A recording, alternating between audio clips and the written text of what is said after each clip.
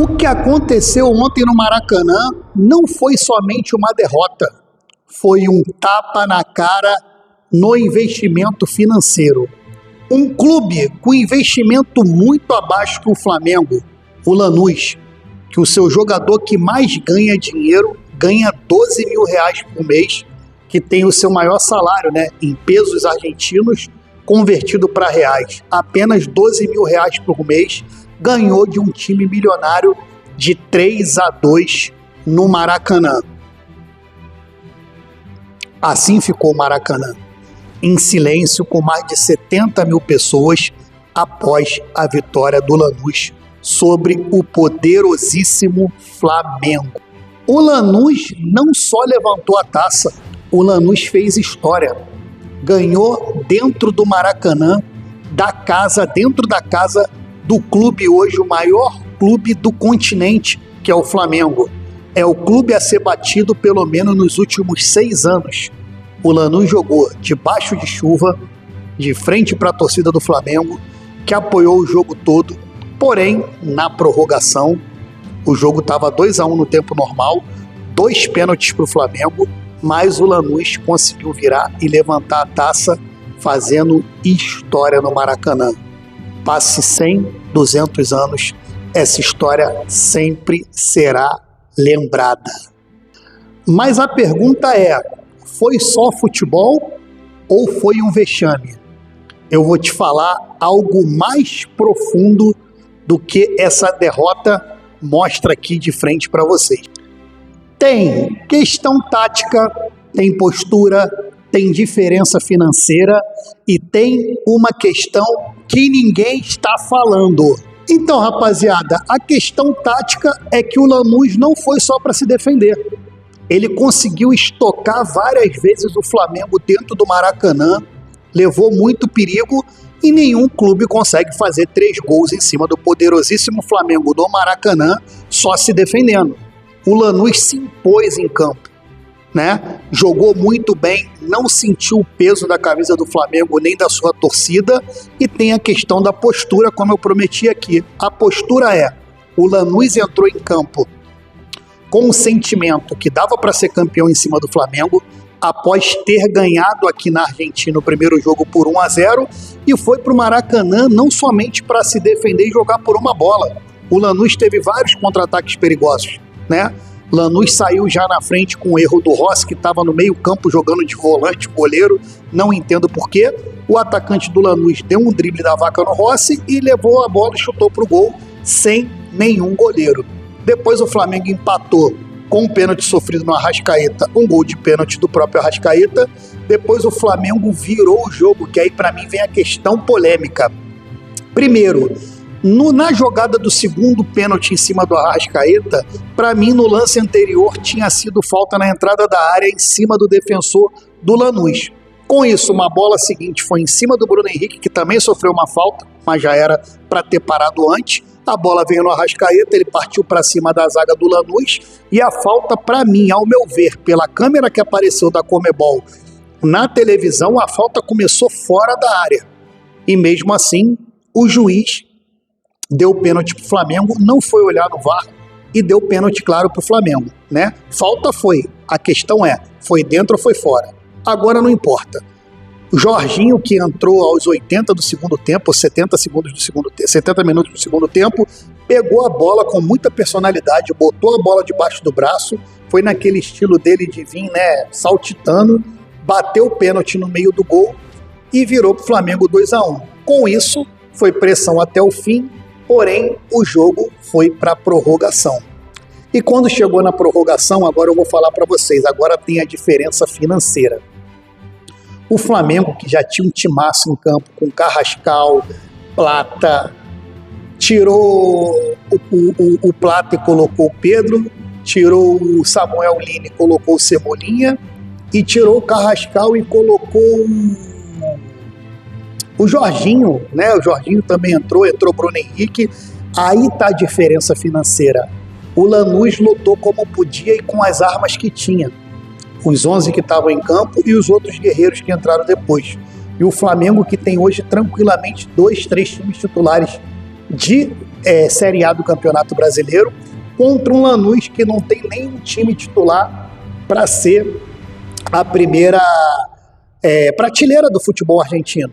Mas o Lanús foi aguerrido, nos acréscimos conseguiu empatar o jogo, que já dava o título para eles, de 2-2, mas num lance final, numa disputa de bola, o jogador do Lanús saiu cara a cara com o goleiro Rossi, driblou o Rossi, driblou o Ayrton Lucas e guardou de uma forma maravilhosa, fechando o jogo 3-2 por Lanús, e o Lanús levantando a taça da Recopa. O detalhe mais importante que eu não vejo ninguém falando, eu só vejo as pessoas agora de ontem para hoje criticando o Felipe Luiz, criticando os jogadores do Flamengo, mas o que ninguém está falando e estão esquecendo de enaltecer o Lanús, gente. O Lanús, que não é um time nem de primeira prateleira da Argentina, foi jogar no Maracanã contra o melhor time da América, em peças, em campo, é o melhor time da América, sim. Se o seu treinador errou, que eu concordo que o Felipe Luiz ontem vacilou demais, isso é um problema do Flamengo. O Lanús se impôs em campo, foi maior, jogou melhor no sentido de vencer, não se acovardou, não jogou por uma bola só. Não é à toa que o Lanús fez 3 gols, né, no jogo e conseguiu ganhar sem levar para os pênaltis. E isso ninguém está falando, ninguém está enaltecendo a vitória do Lanús. Aqui na Argentina, rapaziada, que quem não sabe, que está chegando no canal agora, eu sou carioca, mas eu moro aqui na Argentina desde 2018. A Argentina está comemorando esse título aqui em cima do Flamengo, todos os jornais locais, como se fosse uma Copa do Mundo de clubes, aonde o Lanús saiu campeão, sobre o poderosíssimo Flamengo. E isso no Brasil ninguém está falando. Estão esquecendo do Lanús. A história que o Lanús ontem construiu dentro do Maracanã vai passar 100, 200 anos, isso vai ser lembrado, e o Flamengo continua com seu retrospecto muito ruim em decisões no Maracanã, principalmente decisões internacionais, coisas que já aconteceu contra o América do México, contra o Independente da Argentina na final da Sul-Americana de 2017, que o Flamengo também perdeu de 1-0. O histórico do Flamengo em decisões internacionais no Maracanã não é legal. E agora eu queria muito também falar com vocês aqui do Felipe Luiz. Gente, o time do Flamengo hoje, você não pode querer implementar uma filosofia de jogo num time que já está ganhando. Você tem mais que se preocupar com a manutenção dos jogadores e manutenção do vestiário. O Flamengo vem desde 2019 jogando um futebol inigualável no país e no continente.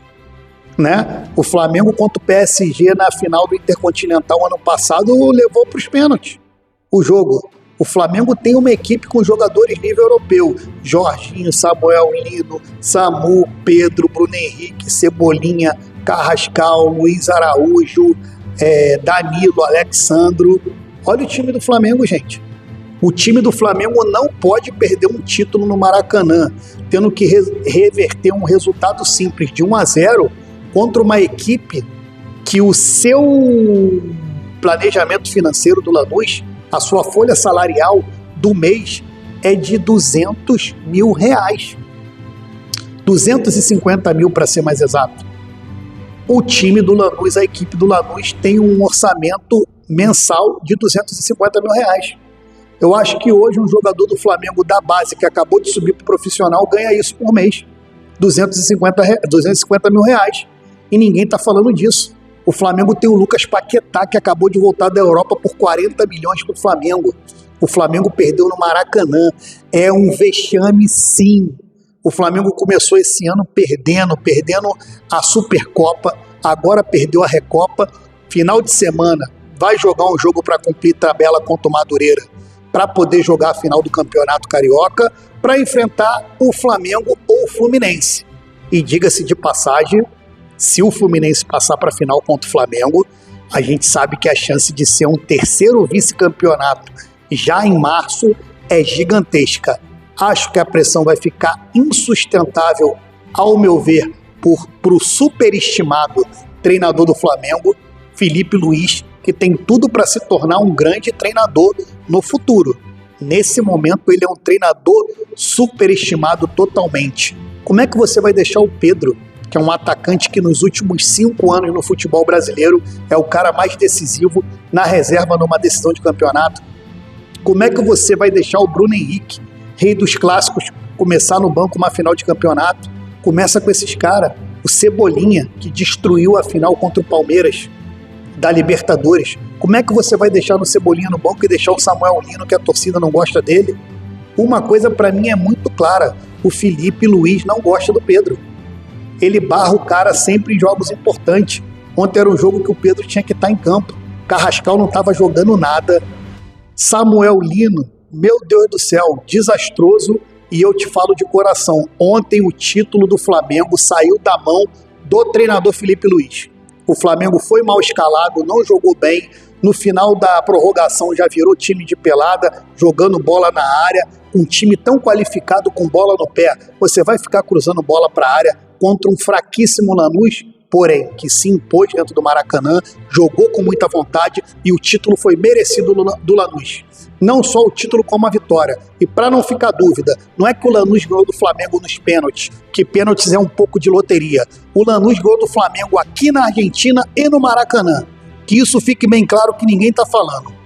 Vou encerrando o vídeo por aqui, rapaziada. Depois desse vexame do Flamengo no Maracanã, agradeço a todos vocês. Quem viu o vídeo até agora, curte, comenta, compartilha, se inscreve aqui no Voz Esportiva, que a gente vai ter muita análise de futebol ainda esse ano. Valeu?